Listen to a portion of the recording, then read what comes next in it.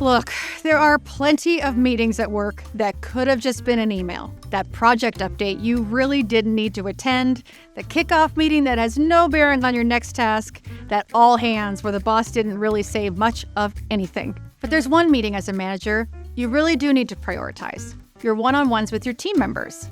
We get it. These meetings can feel rote and pointless. It's really easy to just check the box that says, hey, I met with my team, got the updates I needed. But I mean, this shouldn't be a surprise if you're a regular watcher of this channel. Communicating with your employees is so crucial to your success as a manager. And one-on-one meetings are sort of the linchpin of that open and regular communication. They're an opportunity to hear about and start helping to address real challenges your employees are facing. The problems they can both handle themselves, but also the ones where you, their boss, need to weigh in. It's an opportunity to learn about and support their career ambitions. It's a chance to make sure everyone's on track for performance review seasons, review personal, team, company goals, and look for opportunities for growth. And yes, it's an opportunity for status updates. One-on-one meetings are also linked to employee engagement. One study found that employees who met with their bosses regularly were 67% less likely to disengage. Another study found that 73% of employees and 89% of managers felt one-on-ones were more likely to increase performance. So, how do you host a better one-on-one? Is there a magic formula for engaging your employees? And what are the most common mistakes managers make in these meetings?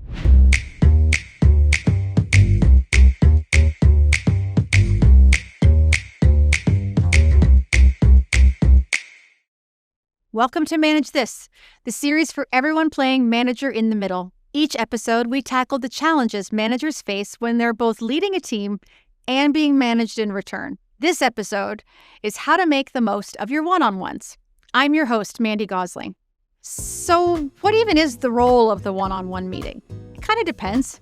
If you're fresh on the team or brand new to the role, then the one-on-one meeting with your direct reports is probably more focused on information gathering. What does each individual team member do day to day? And if your employee is new, maybe it's more geared towards information sharing and training. How can you support them so they can do their job most effectively? If you're working with seasoned pros, then it's probably around career development or removing project blockers. But ultimately, the one-on-one should be a meeting and a space where people feel safe and comfortable to talk about issues that allows both parties to bring up their needs and challenges. I had the opportunity to chat with Sherry Pedersen-Ajmani, co-founder and principal at HR consultancy Talentcraft. With more than 2 decades in HR, Sherry works with clients on career development and strategies, and she's a big fan of one-on-one meetings. One thing she's learned: templates are great, but we have human beings in front of us, and different human beings have different styles. I work in assessment, so I'm very conscious that it's never one size fits all. There won't be one formula. So when it comes to meetings, I think that this is something that the manager and their direct report need to co-create together. To co-create one-on-ones, Sherry suggests having open conversations with your teams to set up the structure at the outset. If I were the manager, I'd be saying, what do you need to get from our one-on-ones? What would be the most helpful thing that I could provide during our touch points? How often should we be meeting? Asking those questions so that you understand what that person is thinking and how they view this. That means that your meeting with the brand new QA tester, Ben, is probably going to look very different from your meeting with the veteran coder, Sue, who's been with the company for years. You might even meet at different intervals, and the format or focus of the meeting will change week to week, and that is totally okay. The key is to figure out what type of meeting will work for you and your employee. And it's important to remember that many employees won't come in knowing what they need from a one-on-one, or might not feel comfortable telling you, the boss, what they need. Some people might just be like, well, the boss is the boss and they get to set the agenda and they get to drive that conversation and I just give them what they need. They should also be empowered to say, this is a two-way street. This is what I need from that conversation, right? So that you create an understanding of what you're going to cover typically in these meetings. If you sense your employee is a bit more deferential or uncertain about what they need, try prompting with some open-ended questions. What are the big challenges you want to make sure that we tackle? Or are there any areas of professional development that you want to focus on? Or even, do you want to focus on blockers during these meetings or just handle those ad hoc? You should also make sure you're taking stock of what you need from these meetings. How much do you trust your employees delivering on results? Do you need to check in more frequently at certain times, like during a big project? Because you have to update your own boss. Are you concerned about challenges they might face with new clients or team dynamics? It's absolutely okay for you, the manager, to say, during our peak sales season, I'll need us to meet weekly instead of bi-weekly. Or ahead of year end, we'll need to focus more on status updates so I can finish up my reports. That's what co-creating is all about, working together to figure out what you both need from these meetings. And remember, as your relationship and careers and priorities evolve, so will your needs. Be ready to revisit how you have these conversations regularly. Next, set the agenda. Because every one-on-one will be different, and because you might prefer to receive information differently from how your employee likes to deliver it. There's no one-size-fits-all template to follow. I mean, if you're absolutely stuck, then Google offers plenty of options for formats that might work for you and your employee. We asked Sherry, and while she has no magical formula, she did like placemats.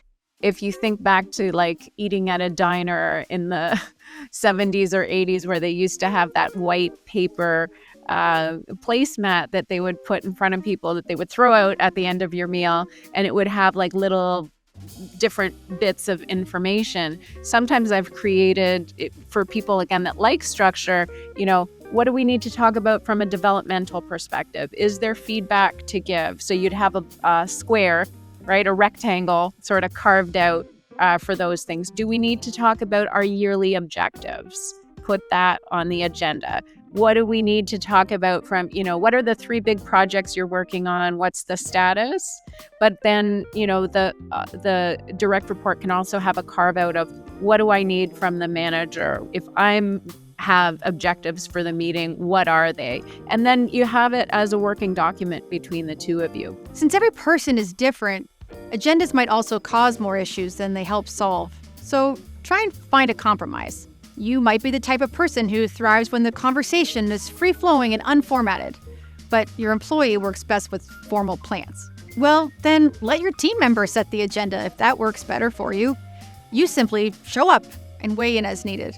Or if the reverse is true, you like to have structure, but your employee's a little more freewheeling, consider having, say, the 3 things you need to address in your head. The top 10 minutes of the meeting is dedicated to going through those 3 items, while the rest of the meeting is an open floor for them to talk through what they need. Just make sure you're laying out the format and why you guys have chosen it ahead of time.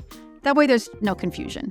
Whatever format you choose, Sherry does suggest having at least a couple of points that you want to cover. I think most meetings end up being more productive when we do have an objective. So even if it's just to have it mentally in your mind, what is the main objective of today? What's the thing that would help me most? Finally, Sherry adds that it's important to give your team member the ability, within reason, to cancel meetings when needed. I would say that's the manager's duty almost, to try and make this the easiest, most productive time for the employee. You could say, go ahead and book something for next week, but cancel it. Like try to, if you don't think you're going to need it, with 48 hours notice, if you don't mind, just take it out of the calendar. It disappears for both of us. We get a bit of free time back. We don't have to force a meeting. And it's important to remember that these meetings are going to change. The support your employee needed when they first joined the company will be different as they progress through their career. Organizational goals and objectives change, and it's fine to adjust your meeting priorities alongside those shifts. These types of meetings should be organic and evolving. Otherwise, they just become routine checkboxes. Okay, you've co-created the meeting with your employee. You've got a style or a format that works for you. What are the mistakes you're most likely to make? Well, for starters, not showing up to your one-on-ones is a big no-no. I hear a lot from clients, my coaching clients, that, my one-on-ones with my manager always get canceled at the last minute. They're always prioritizing some other meeting over me, and it can create friction. I'm not that important, right? My development or my need is not as important as that meeting that you're having with other people. You're focused on other things, not on me. If you're constantly canceling and not making efforts to reschedule, You're really telling your employees you're deprioritizing their needs. Not only does that feel bad, but there's also the risk that there are problems they want to or need to bring up that can't be addressed without your input.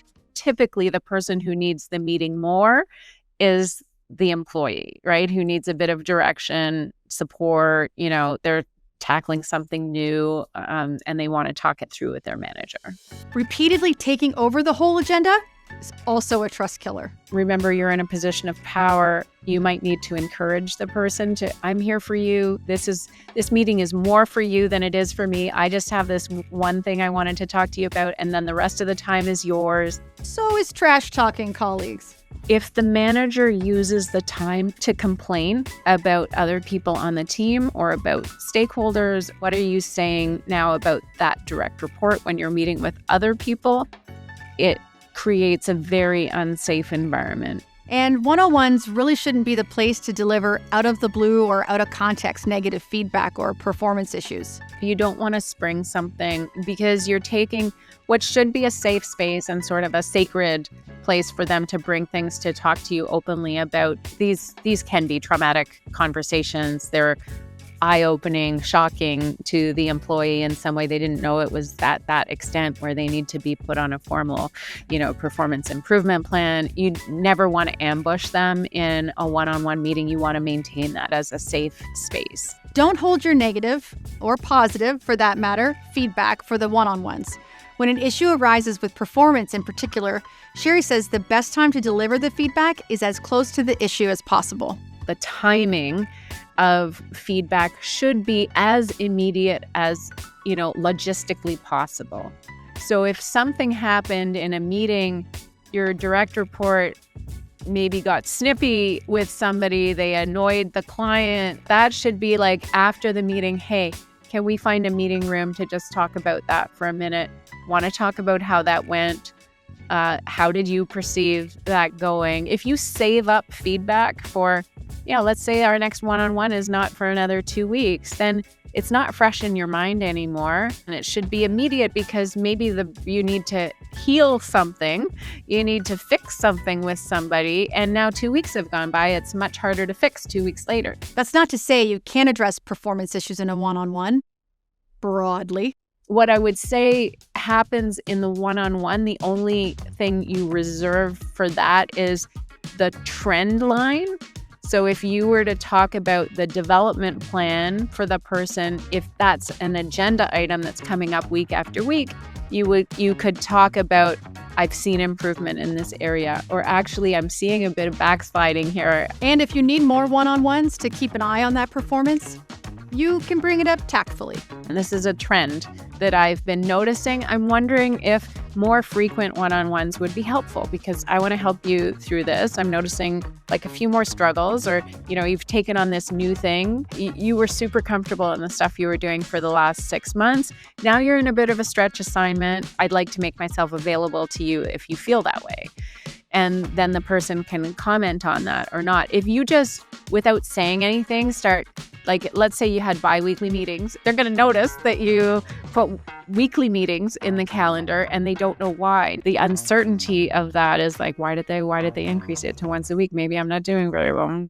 In the end, you run the risk of making these meetings pointless or worse, demotivating. If you don't have a lot of engagement during the meeting, like the employee should be opening up in this meeting and feeling like they can talk openly and honestly. If they're guarded or if they don't have a lot to talk about, they're, not having a lot to talk about usually means I'm not getting value from this. I'm ticking a box that I met with you, but this isn't helping me. Maybe we haven't created a safe space for them, because a lot of times what the direct report wants to talk about is things that, where the help comes is helping them on things that they have been unable to achieve on their own, and they need a bit of advice or they need support, maybe intervention of some sort, right? But those are also vulnerable moments for them. If you have a sense that those things are happening and you could be adding value in that way, but the person's not bringing them up, they're protecting their own reputation with you then maybe you haven't been as supportive as you need to be, and maybe you haven't created a safe space. Because really the one-on-one, it's mostly in service of the employee. Really, we should be thinking about, what does the employee need? So how will you tweak your one-on-ones going forward? Are there mistakes you plan on correcting now that they've been identified? And are there other issues you'd like us to tackle in future episodes? Weigh in the comments below and consider subscribing to this series, our whole YouTube channel, or the Rotman Insights Hub. Just click the link in the description to get more thought leadership and research-backed management tips from the Rotman community delivered to your inbox every other week. Thanks for watching.